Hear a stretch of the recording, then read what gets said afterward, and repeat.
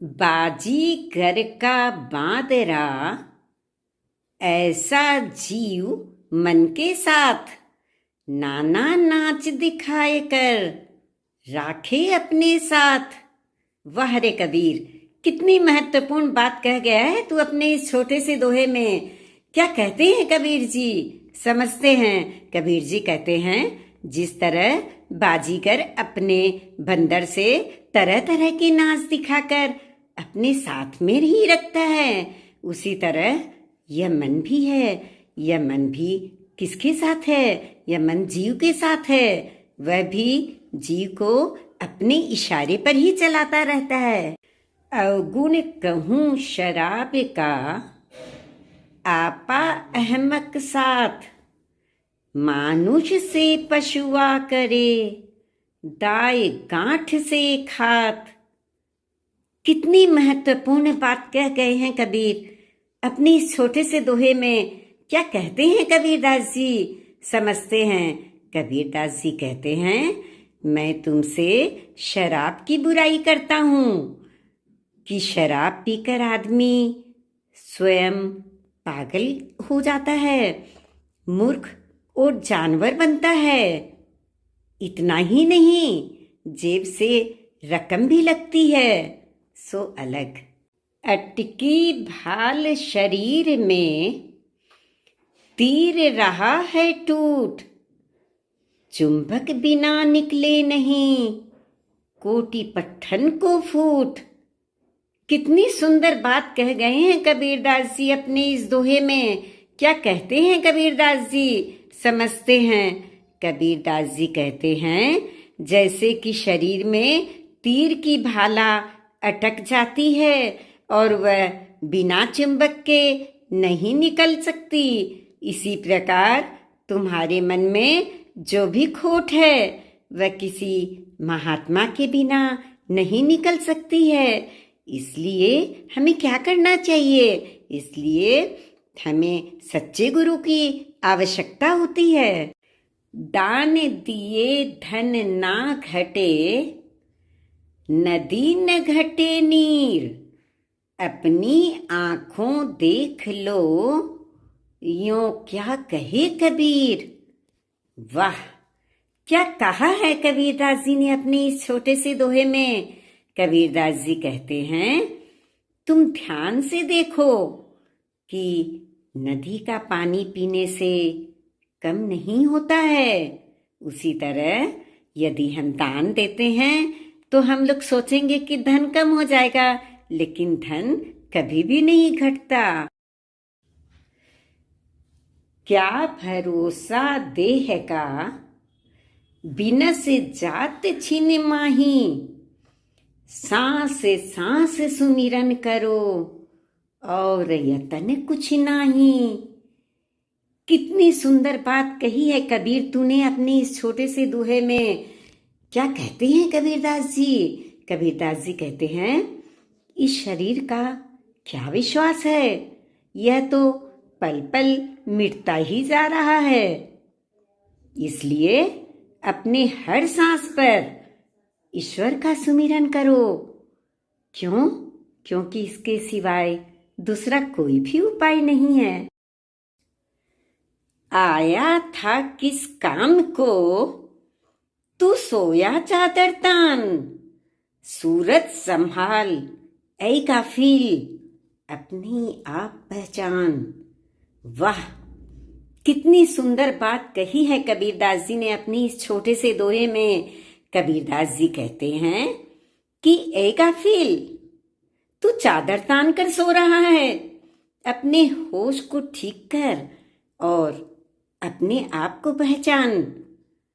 तू किस काम के लिए आया था और तू कौन है, स्वयं को पहचान और अच्छे अच्छे कर्म करो।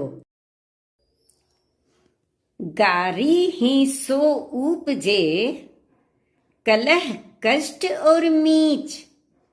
हारी चले सो साधु है, लागी चले सो नीच।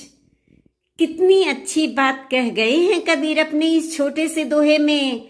क्या कहते हैं कबीरदास जी, समझते हैं? कबीरदास जी कहते हैं, गाली से ही कलह, दुख तथा मृत्यु पैदा होती है। जो गाली सुनकर हार मानकर चला जाए वही साधु जानो, यानी सज्जन पुरुष। और जो गाली देने के बदले में गाली देने लग जाता है वह तो नीच प्रवृत्ति का हुआ ना। आया था किस काम को, तू सोया चादर तान, सूरज संभाल ऐ गाफिल, अपना आप पहचान। वाह, क्या कह दिया है कबीर तूने इस छोटे से दोहे में। कबीरदास जी कहते हैं, ऐ गाफिल, तू चादर तान कर सो रहा है, अपने होश को ठीक कर और अपने आप को पहचान। तू किस काम के लिए आया था और तू कौन है, स्वयं को पहचान और अच्छे अच्छे कर्म कर। माया छाया एक सी, बिरला जाने कोई, भागता के पीछे लगे, सम्मुख भागे सोए।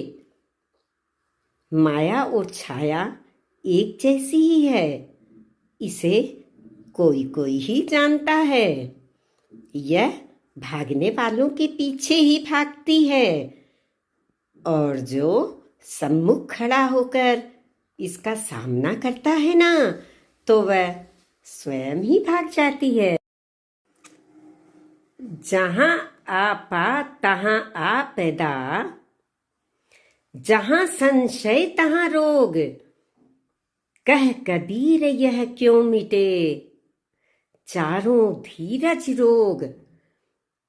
जहां मनुष्य में घमंड हो जाता है उस पर आपत्तियां आने लगती हैं, और जहां संदेह होता है वहां वहां निराशा और चिंता होने लगती है।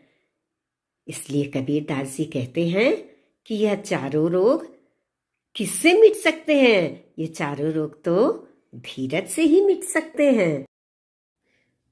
मांगन मरण समान है, मति मांगो कोई भीख, मांगन ते मरना भला, यही सतगुरु की सीख। वाह, कितनी महत्वपूर्ण बात कह गए हैं कबीर इस दोहे में। क्या कहते हैं कबीर जी? कबीर जी कहते हैं, मांगना मरने के बराबर है, इसलिए किसी से भी भीख नहीं मांगना चाहिए। सदगुरु की यही शिक्षा है कि मांगने से मर जाना बेहतर है। अतः हमें यह प्रयास करना चाहिए कि जो कुछ भी वस्तु हमें आवश्यक है उसे मेहनत से ही प्राप्त करें, न कि किसी से मांग कर। अंतरी कमल प्रकाशिया, ब्रह्मवास तहाँ होई, मन भंवरा तहाँ लुभतिया, जानूंगा जन कोई। वाह, इतने छोटे से दोहे में कितनी महत्वपूर्ण बात बताई है कबीरदास जी ने। क्या कहते हैं कबीरदास जी?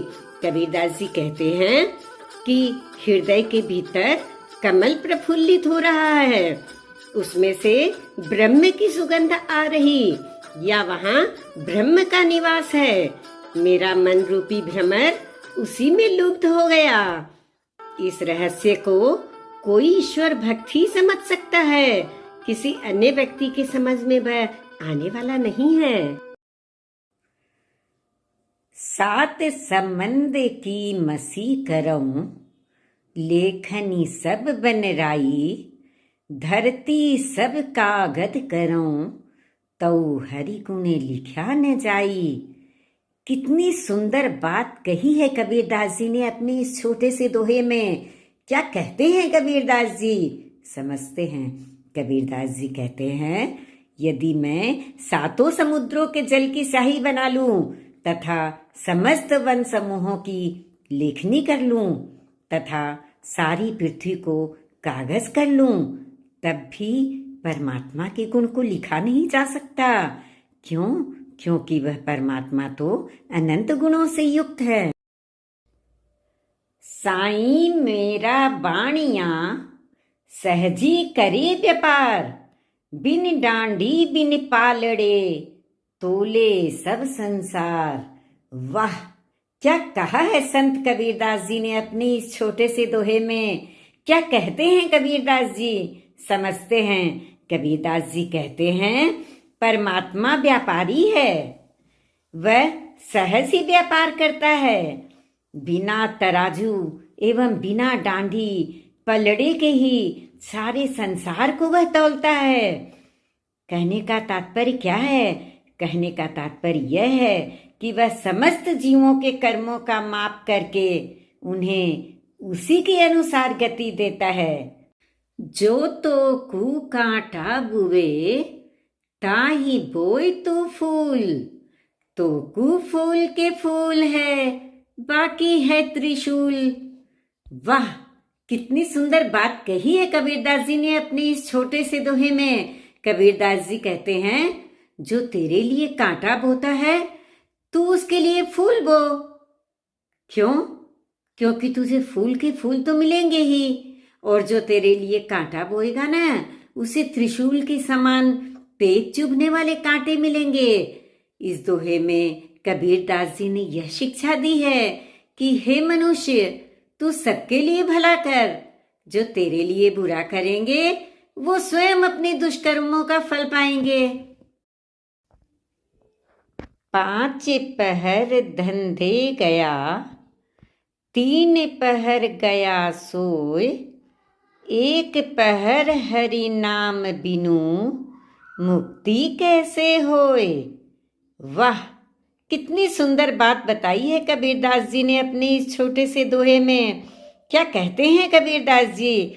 समझते हैं। कबीरदास जी कहते हैं प्रतिदिन के 8 पहर में से 5 पहर तो काम धंधे में खो दिए और 3 पहर सो गया।